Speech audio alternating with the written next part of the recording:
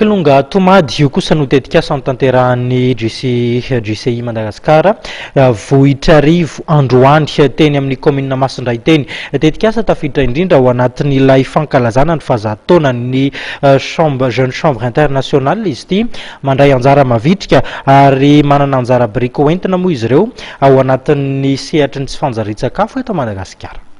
Ankizy latsaky ny telo taona misazato no nahazo fanampin-tsakafo na complément alimentaire avy amin'ny fikambanana JCI vohitra arivo androany teny amin'ny commune Masindray.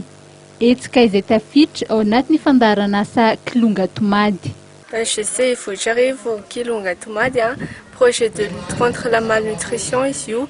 Dia ny zavatra nataonay androany taty Masindray sensibilisation mba ny resaka fahadiovana, dia fanomezana ho an'ny ray aman-dreny sy ny zaza, dia fanaovana signature na convention miaraka amin'ny EPP Masindray. Dia ny mpiara-miasa aminay ao anatin'ny projet Kilonga Tomady io OFAM, Galaxam, Guanomad, FEDEX, Tadio, Croix-Rouge, ONN, PSI Madagascar, Food and Beverage, Chocolaterie Robert ary Omeo Pharma. Ny zavatra mbola ho avy mbola misy le pépinière zay atolotra amin'ny EPP Masindray amin'ny ho amin'ny cantine zareo, dia mbola manentana zany zay eto zay mpiara-miasa afaka iara-iombona antoka aminay amin'izay pépinière zay. Nitondra fanamariana ihany koa ny filohan'ny JCI vohitra arivo.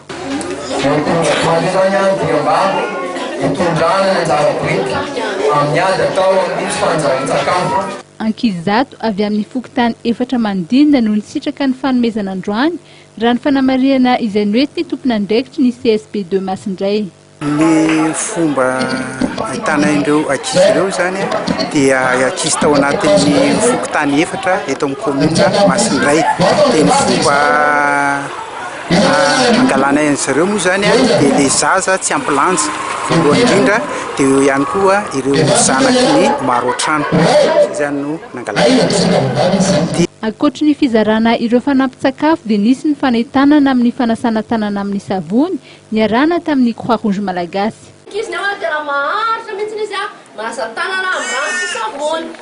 Nisy ihany koa ny fanentanana izay nazahoan'ny Kilonga loka maro. Nanamafy ny filoha-hevitry ny jeune chambre internationale fa ilaina ny tetikasa toy ny nataon'ny JCI vohitra arivo androany. Ary amin'izao tompam-pahakalazana ny fahazatoanan'ny jeune chambre internationale izao dia zava-dehibe ny tarehimarika zato araky ny loha-hevitry ny fankalazana hoe Project Impact 100.